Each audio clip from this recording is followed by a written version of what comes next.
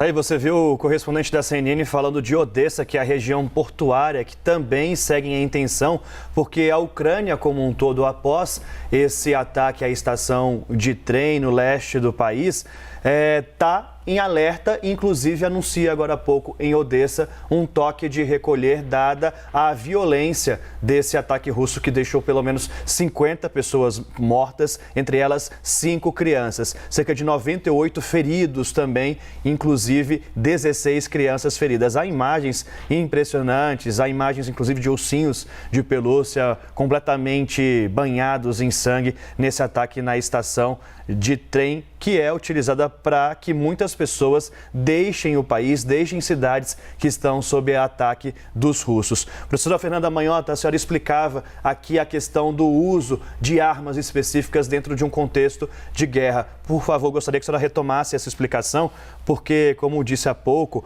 os Estados Unidos disseram que pode ser um míssil de curto alcance, mas que também há uma possibilidade de uso de armas de fragmentação, aquelas bombas maiores que acabam soltando bombinhas menores, muitas vezes que não explodem e continuam sendo um risco no local em que elas caem e são proibidas.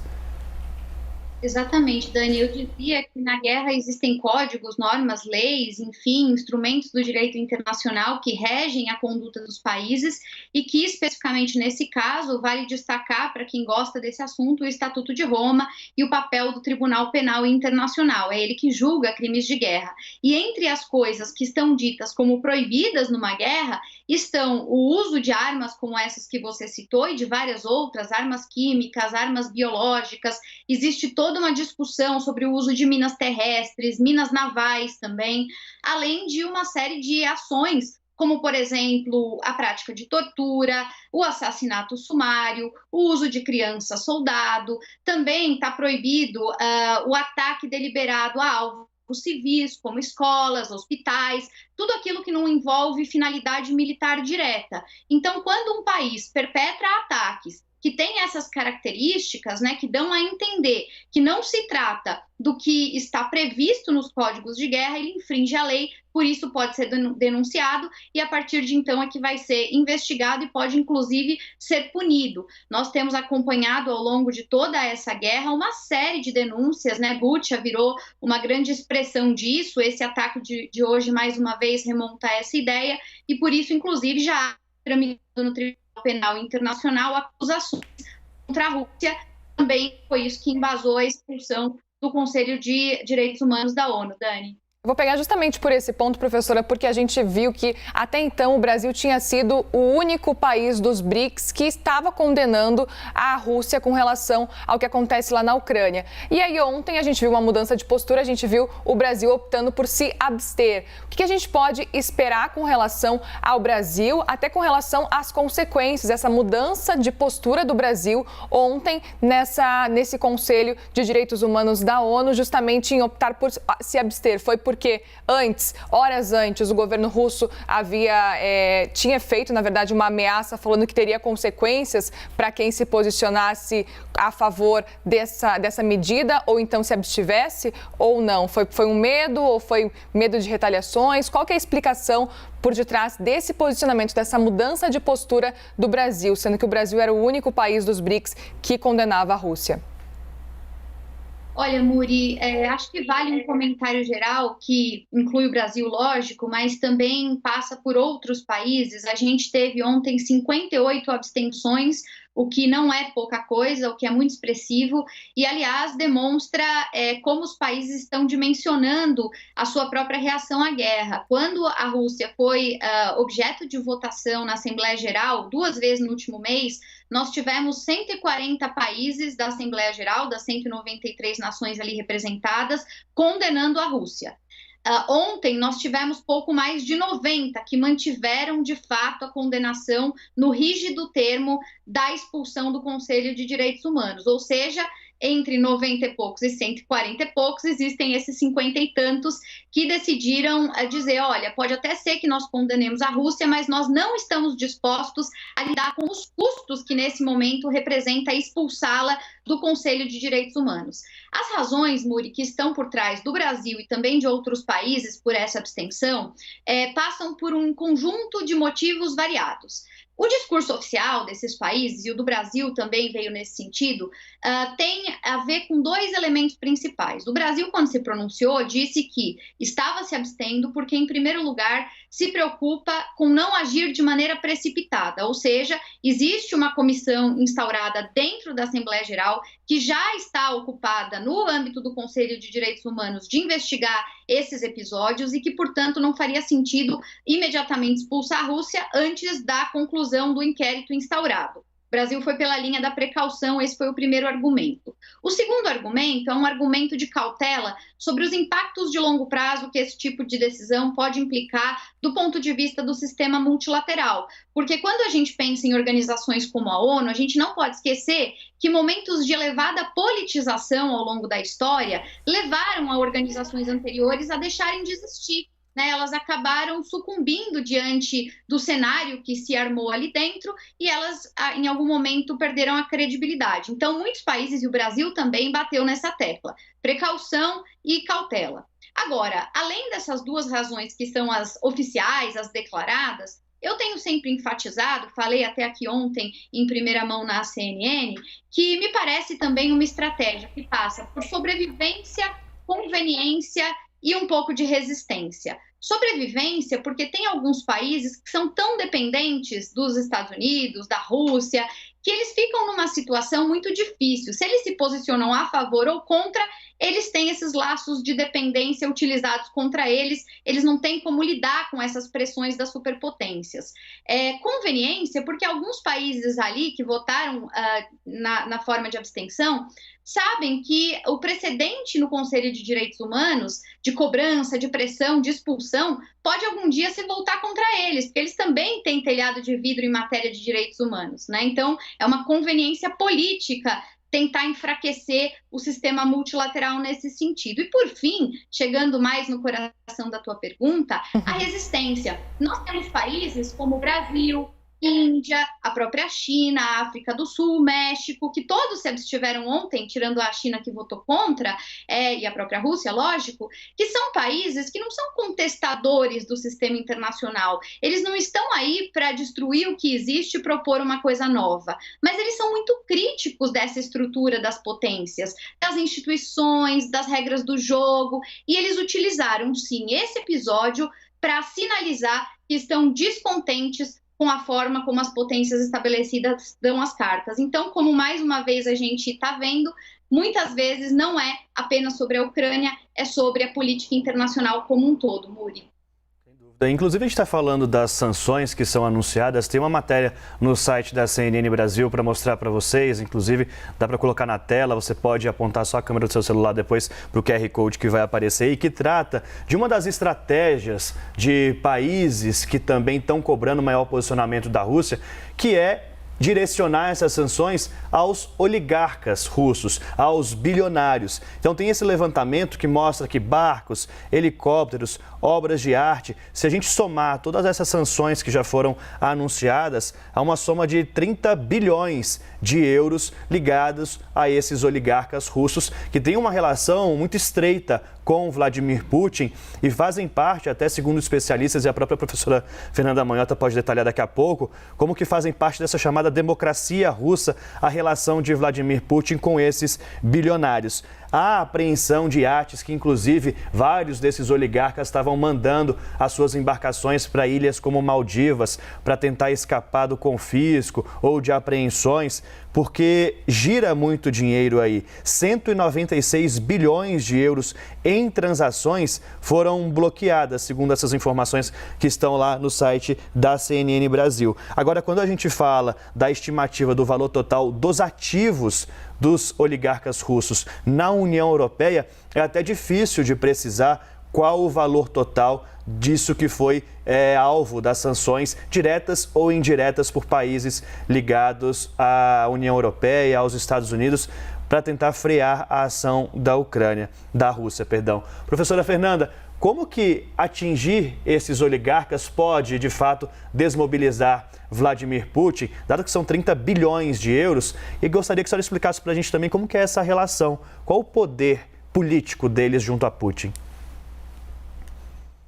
Dani, é uma ótima pergunta, né? Eu sempre digo isso aos meus alunos e vale replicar aqui para a nossa audiência, né? A política, ela não é feita, obviamente, de lideranças isoladas, de pessoas que estão descontextualizadas. Existem estruturas partidárias, muitas vezes, mas mais do que isso, existe sempre fluxo financeiro, né? O fluxo financeiro sempre sustenta poder ou impede a continuidade de poder. No caso da Rússia, não é diferente. Então, olhar para a política externa russa e para a direção que ela vai, significa entender quem se beneficia disso, né? Como fazer uma engenharia reversa, quem está por trás, quem de alguma forma apoia essa decisão e por que razões. No caso do Putin, nós sabemos que ele enfrenta, sim, determinadas resistências no país, que há oposição, mas que o sistema foi sendo feito para que ocorra uma blindagem dessas vozes e ele se mantenha no poder. Além da própria condição política que ele conquistou no Congresso, né, no Parlamento, uma das razões que o sustenta no poder é o apoio, em parte, dessa elite econômica financeira ligada a setores principalmente de energia, petróleo, gás, que são o coração da Rússia hoje, e ao mesmo tempo uma elite que vem ainda dos tempos áureos de predominância militar da Rússia no período pós-soviético. Então, uma mistura de bilionários do setor energético com figuras do alto escalão do setor militar. São esses os que estão por trás, que orientam, que sustentam politicamente o presidente Putin. Quando a gente vê sanções desse tipo, que você destacava agora, o objetivo em torno dessas sanções é, de alguma maneira, em primeiro lugar, afetar de forma pessoal essas lideranças, as suas famílias, as suas estruturas de organização mais diretas. Isso porque, como em todo o país e na Rússia também não é diferente, as elites em geral, Dani, são muito internacionalizadas. Elas estão na Rússia, mas elas têm boa parte do seu patrimônio em outros países, às vezes em paraísos fiscais ou em outros países grandes da própria Europa. A gente sabe que no caso russo, os recursos concentrados principalmente no Reino Unido, na Suíça. Então, o dinheiro não está na Rússia, embora seja de pessoas russas, né? E também os hábitos de vida e de consumo desses indivíduos estão ligados a uma vida cosmopolita, né? Como eles se vestem, que tipos de materiais eles consomem, quais são os seus gostos, preferências e de que maneira eles promovem as suas escolhas. Então, o primeiro movimento das sanções é cercear a capacidade de transitar nesse mundo cosmopolita que essa elite gosta e ostenta. Em segundo lugar, aí pensando mais do ponto de vista profundo, o objetivo é atacar as redes de negócios dessas pessoas. Então, não apenas o bem-estar direto desses indivíduos, mas principalmente a sua capacidade de gerar riqueza. Então, na medida em que essas pessoas tomariam prejuízo, perderiam oportunidades, perderiam investidores, não conseguiriam mais comercializar os seus produtos, enfrentariam um derretimento da economia e, portanto, tudo que vem com isso, pressão inflacionária, aumento de juros. Essas pessoas, segundo a lógica da imposição de sanções, teriam incentivos para se levantar contra o governo, na medida em que exigiriam do governo que o governo reorientasse as suas decisões para aliviar sanções que têm a ver com o que está sendo praticado. O problema, Dani, ao longo da história, é que a gente tem visto, né, o caso das sanções, a aplicação das sanções, reverberando muitas vezes em dois problemas, né, ou três talvez. O primeiro é que, em geral, as sanções empobrecem a sociedade em geral, a população média. Mas muitas vezes as elites driblam as sanções e continuam conseguindo consumir e viver as suas vidas em plenitude, né? Então não são afetados de fatos que deveriam. Além disso, tem uma segunda dimensão, que é a discussão sobre quais setores efetivamente são considerados estratégicos na hora de impor sanção e o timing dessa sanção. Muita gente vai dizer, entre os especialistas de sanções, que o timing de impor sanções é antes da guerra começar, porque depois que a guerra começou, o cálculo de custo e benefício da guerra muda e a sanção pode ser pouco eficiente. E, por fim, existem indícios ao longo da história de que muitas vezes a imposição de sanções não apenas evitou o conflito, como gerou, após o encerramento do conflito, uma espécie de ressentimento candente na sociedade que foi sancionada de modo que, em dado momento, ela se levanta contra aqueles que a sancionaram. É o caso, diga-se de passagem, da Segunda Guerra Mundial em relação à Primeira. Então, não tem dia fácil na guerra contra a Ucrânia. Sanções é o que o Ocidente tem como arma nesse momento. Faz, na minha opinião, bem em ir pelas sanções ao invés de ir pelo conflito armado. Existem razões para defender esse argumento, mas a gente sabe que ainda assim são mecanismos imperfeitos e cheios de problemas colaterais, Dani. Que aula, hein? Nossa, agora a gente teve uma aula. Eu quero justamente continuar ouvindo sobre isso, ouvindo um pouquinho mais, porque com esses recursos dos oligarcas congelados, professora, você falava que realmente pode existir uma certa pressão para que as negociações comecem a avançar, alguma coisa comece a mudar. A gente ouviu o Kremlin projetando já o fim da guerra. Pode ter alguma relação? Olha, Muri, em geral, é o que se espera desse movimento das sanções, mas essa sua pergunta me deu a oportunidade de fazer um comentário, e eu peço perdão àqueles que nos assistem, porque ele não é exatamente um comentário muito auspicioso, ele é um pouco cético, né? No final do dia, as sanções, elas também são muito úteis quando a gente está pensando em estruturas democráticas, porque o que está por trás da ideia da sanção? A ideia da sanção pressupõe que uma sociedade pressionada, seja um indivíduo comum, seja um oligarca, uma elite qualquer, ela responde, do ponto de vista da política interna, se rebelando contra o seu governante. Então, esse elo é fundamental, quer dizer, se não há mecanismo para que uma sociedade se rebele contra o governo, fica difícil transmitir a mensagem de que a sanção está incomodando. Por isso, muitas vezes, quando as sanções foram impostas contra países autoritários, em que não há essa capacidade de comunicação por eleições, por exemplo, ou por manifestação popular, enfim, por protesto, por opinião pública manifesta de várias formas, também não funcionou. Tem uma lista que a gente poderia citar aqui, o Irã, por exemplo, é um caso recente em que isso aconteceu. Na Rússia, nós temos um sistema democrático com muitos problemas, né? Quer dizer, democrático porque tem eleições, mas a gente sabe que democracia não é só sobre eleições. Vai na medida que o sistema democrático institucional russo é carente desses canais para que de fato haja um levante da sociedade contra o governo, talvez o governo não vá responder a isso que viria no formato de pressão. E até por essa razão é que as expectativas depositadas sobre os oligarcas foi tão grande. Bom, já que não vem a pressão da sociedade, que pelo menos venha daqueles que já fazem parte do governo.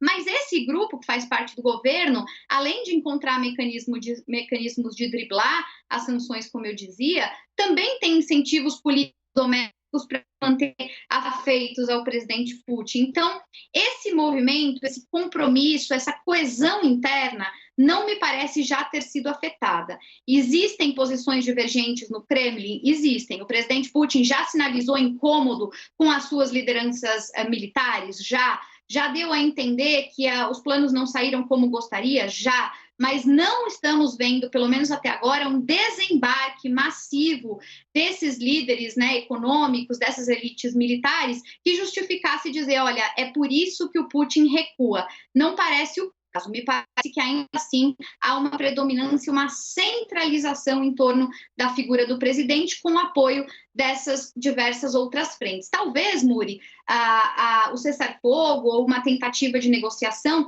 venha pela própria exaustão que a guerra vai causando. Então, as sanções estão ligadas a isso, os limites militares estão ligados a isso, mas não acho que, por enquanto, as elites econômicas e militares tenham sido a razão principal para esse relativo recuo, Muri.